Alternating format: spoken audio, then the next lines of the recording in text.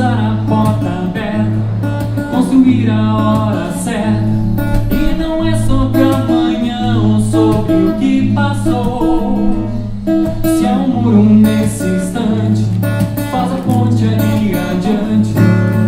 E se for pra repensar, esqueça o juiz, aí tem um aprendiz. E se for pra revisar, se descobre na raiz.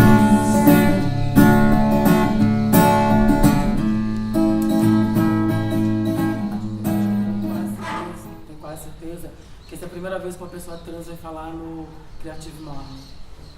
Quase certeza absoluta, acho quase impossível isso. Da mesma forma que eu sou a primeira mulher trans falar na OEA, denunciar o feminicídio da população de mulheres negras, tanto cis quanto trans, junto com Guelé e Crioula. Para mim isso é muito importante de pontuar, porque vai dizer da onde eu estou. Agora, o incrível para essa palestra, que vai me deixar com vontade de estar aqui, porque eu também sou uma pessoa seletiva, eu também entendo que essa coisa do surgir, do emergir, do aparecer, implica em responsabilidade. Quanto mais responsabilidade eu tenho, mais desejo de liberdade eu vou ter. E aí, essas duas coisas para mim não caminham distantes. Se eu quero liberdade, que eu acho que é um desejo primordial hoje para qualquer mulher, e as pesquisas têm comprovado isso, que quando as mulheres envelhecem, quando elas aposentam, quando elas ficam viúvas, quando elas se separam, a grande sensação que uma mulher experimenta é a de liberdade. Estranho falar isso, quando a gente vai pensar que todas nós deveríamos nascer livres, algumas menos livres por questões raciais, por questões de classe social, mas no final das contas, todas as mulheres vão estar ambicionando a liberdade. A gente fala assim, olha, mas seria felicidade, seria estabilidade financeira? Não. A grande ambição das mulheres é serem livres. Isso para mim vai trazer todo um outro código. Mas enfim, quando eu recebo o convite, eu penso, é muita responsabilidade falar para os meus iguais, que são os criativos, né? Se é que existe alguém que não é criativo, né? E aí, nada mais justo que a gente vai falar de gênero, dentro da questão do momento da vida, para uma pessoa que ressignifica o gênero para ela, né? Bom, e assim começa. Eu nasci em 24 de janeiro de 1970, era um sábado, às 18h30. É um céu cor-de-rosa, nas palavras da minha mãe. No candomblé, a qual ela pertencia, e a Umbanda, é o céu de Euá. Euá é a entidade feminina da inteligência, do intelecto, que provavelmente vai me conduzir.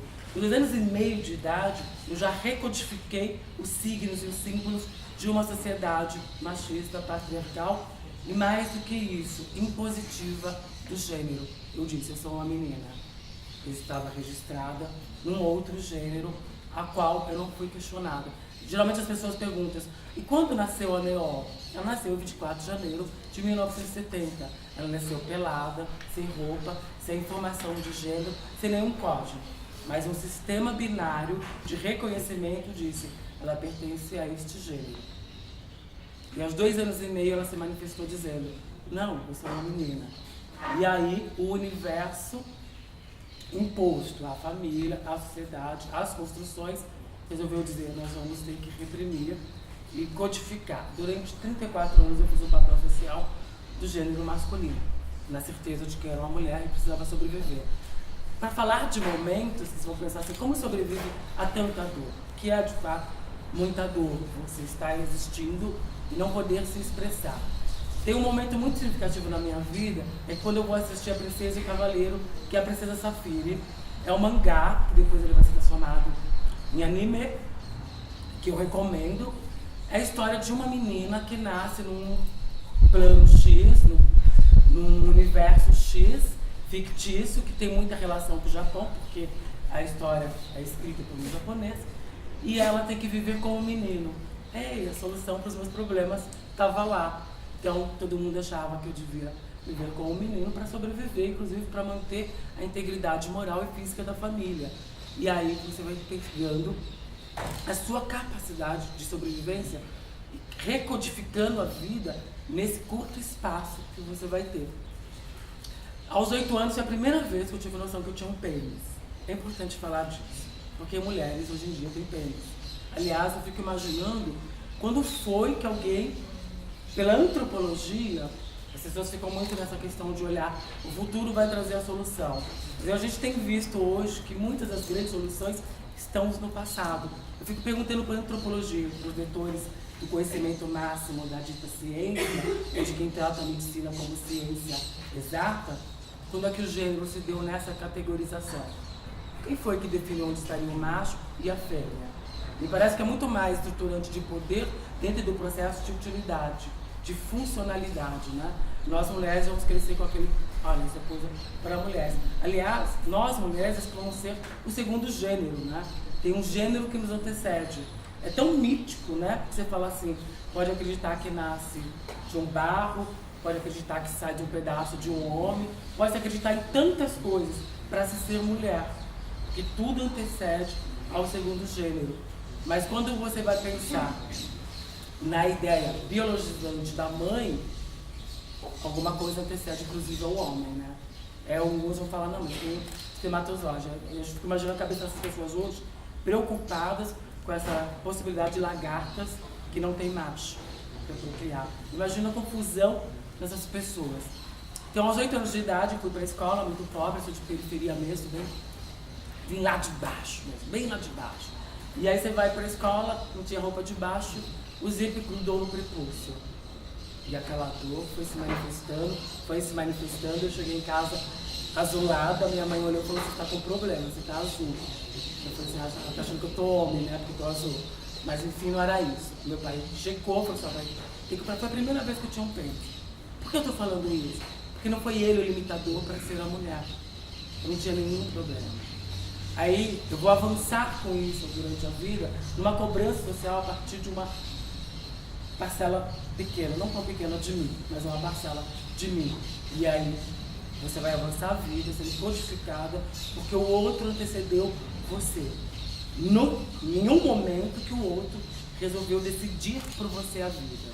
Aí você vai pensar, é isso mesmo que eu tenho, é isso que eu posso, porque existe um coletivo maior impondo condição.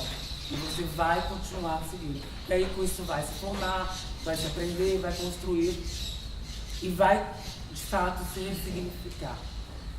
A história é muito maior. Tem um momento da minha vida que é muito significativo. É quando eu vejo. Eu estou falando tudo isso para a gente saber da nossa potência. Isso não é uma história de dor.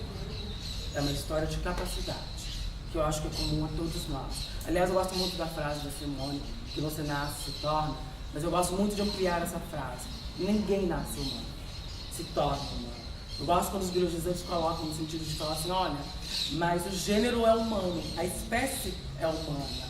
Legal, mas é engraçado que quando esses mesmos doutores da biologia vão dizer isso novamente, alguns humanos podem mais, não sei porque geralmente são homens, né? Talvez porque a ciência tenha começado com homens brancos, cis, empoderados e afortunados, para determinar o lugar da mulher. A gente vai pensar isso o tempo todo, né? Então parece que um gênero vai ter mais privilégio, mais situação de conforto que o outro, né? Até que a gente passa a recodificar isso e pedir igualdade, né? No final dos anos 80, o estado de São Paulo institucionalizou-se em um momento único, nobre, em que a Polícia Civil e a Polícia Militar se juntaram na Operação Tarântula, que consistia basicamente no extermínio da população de travestis, mulheres transexuais e homens gays no centro de São Paulo. E era o extermínio mesmo. O próprio governador do estado de São Paulo, Franco Montoro, veio a público, e junto com o Jânio Quadros também, dizer, isso está na Folha de São Paulo, então é só procurar, dizer que precisava limpar a cidade dos anormais. Você tem que se reconhecer enquanto anormal. Mas pode ser que ser anormal seja incrível, dentro de uma ética, de uma normalidade que não atende a praticamente ninguém, né? Quem realmente é tão normal? De perto, quem é tão normal? E aí eu me lembro de que a gente tinha que correr da polícia, tinha que correr do carro-pipa, tinha que correr de tudo. E aí você tinha que ser a boa filha, a boa profissional, a excelente aluna e dar conta de uma vida que não te pertence. Mas nada foi mais marcante do que quando o camburão para, uma travesti negra do lado de baixo da rua, que também tinha um recorte de quem era travesti e quem era transexual, as que tinha uma X beleza, ascendia a um espaço, quem tinha uma condição financeira ascendia a um outro espaço, nesses processos de escalonamento que a gente vai viver nessa sociedade corporativa que a gente tem. Acho que até os próprios movimentos sociais vão acabar passando por esse movimento de corporatização, né? E o camburão vem, a barca para, o policial desce, mira na testa da mulher negra, da travesti negra. A gente vê o corpo começar a cair, porque escorre algo da testa. Esse mesmo policial olha pra gente que está do outro lado da rua e diz: o que foi? Vocês nunca viram o melado descer? Desde aquele dia, o substrato condensado da cana-de-açúcar teve uma outra visão para mim. É falar melado e eu enxergo o melado descer. Porque depois eu vou novamente ver uma mesma cena do melado escorrer. É um momento muito marcante que as pessoas têm como dor, mas eu acho que naquele momento me deu um lugar de resistência e de resiliência de dizer como a gente vai transformar isso. Eu me lembro que eu não comemorava o passar de anos, as aprovações, os avanços escolares com a minha família. Eu comemorava na rua com as minhas amigas, que aos 24 anos todas já tinham falecido. Eu aos 24 anos de idade não tinha nenhuma amiga vivendo no Brasil. Especial a Luísa Prochaska, a Paulinha Ritali e a Dani, todas tinham ido para a Europa. A Luísa volta, morre de AIDS, de uma morte social mesmo, de exclusão social, que é esse lugar que vão para essas pessoas. E há uns 8 ou 10 anos, eu sempre perco a data, porque não me interessa pensar na dor, me interessa pensar na contribuição dessas pessoas na minha vida e nos momentos de construção, da participação da construção na minha vida. Eu perco a Charlotte, que era uma super amiga, super próxima. Então você começa a se ver assim, aquelas pessoas que fazem parte da sua construção. E quando eu vou fazer a minha transição, com muitas aspas, que é essa educação de apresentação ao mundo na mulher que eu sou, eu começo a repensar aonde eu estava, o que eu faria e aonde eu avançaria. E aí começo a reconstruir essa distância entre o meu desejo de ser quem eu sou, e é bom repensar sempre a ideia de desejo junto da perspectiva de momento, do latido, instantâneo, do rápido, do fugaz. Porque o desejo tem muito do momento, né? Eu quero agora, eu realizo agora. Mas eu acho que sem desejo, sem momento, a gente não pode ter a questão da aspiração. Para onde eu vou, aonde eu quero chegar. Quando eu faço essa adequação, que eu falo, me expor para o mundo, é bom lembrar também que essa pessoa não falava em público. Desde os 4 anos de idade eu não podia gesticular nem falar dentro de casa, porque se depunha contra o meu pai. E aí eu parei de falar. E aí eu realmente parei de me expressar, salvo os espaços que eu tinha, e às vezes eu saía assim, vomitar. Porque assim, você imagina o tempo todo compactada, limitada. Quando dava para expressar, eu me expressava e assim continuava a vida. Quando eu vou assumir a minha responsabilidade de ser livre, eu assumi esse compromisso de ser uma ativista, de ser uma militante. E estar aqui hoje, para mim, é dialogar com essa ideia de uma mente criativa, é também dialogar com essa grande capacidade que nós temos de ressignificar. Eu não conheço nenhuma outra parcela de pensadores com também a responsabilidade. Então é que quando me assustem, quando eu vejo publicidades tão conservadoras, tão resistentes, quando eu vejo produtos de design tão resistentes, eu penso para eles, eu sempre penso assim. A minha última viagem de pesquisa foi realmente para a Europa, em especial eu fui ver o Jeff Koons no Georges Pompidou, e depois eu queria ver a correlação com o trabalho que estava produzindo e já que estava acontecendo em Pompeia, no Museu de Arqueologia, porque ele vai produzir uma obra, e para mim é muito significativo falar do Jeff Koons, que muitas vezes ele tem um olhar muito pop. Se alguém não souber o que é o Jeff Koons, gente, internet, desculpa, nem era tão intenção de falar isso, mas acho que pra gente começar a fazer esses links, porque você sai de um lugar completamente contemporâneo e volta para olhar num passado, numa obra que ele reproduz, que se eu não me engano é o Netuno, ou Poseidon, não sei como está classificado, ou se é mesmo Zeus. Mas ele vai reproduzir essa obra, já fui avisado, tem 5 minutos de corte, para finalizar. E tentar fazer essa conexão, de ver como uma mente de 2017 se relaciona com o que antecede tudo isso. Estou falando de uma obra clássica, que estava na Grécia, que foi em Roma, que foi remanescente da pesquisa deles, que está no Museu de Arqueologia em Nápoles. E aí, esse grande link que faz que a gente junte tudo. Que mais que isso, que vai ressignificar. Uma série de coisas que eu começo a pensar seriamente será que nós temos mesmo em 2017? Será que todas as tecnologias deram conta das mentes criativas? Será que grandes artistas produzem com o mesmo pigmento ancestral? Por que será que a gente continua? E tem uma coisa muito importante de estar aqui hoje, de pensar em ressignificar, quando a gente pensa nesse auto-reconhecimento, nesse assumir o seu gênero. Porque uma coisa é você estar catalogado, uma coisa é você estar classificado, uma coisa é você dar conta. Essa pergunta é muito importante para todos nós. Quando você se percebeu quem você é? Quando as pessoas falam assim, olha, nós temos gêneros na questão binária. Eu sempre falo do movimento transgênero. Eu sempre vou falar que eu sou uma mulher transgênera, para além de ser transexual ou travesti, ou como queiram me classificar. E é bom e importante também pontuar que vai ser um adjetivo a partir de mim. Ou no mais um adjunto adnomial. Eu tenho pavor dessa gente que insiste em tratar como substantivo a mulher transgênero.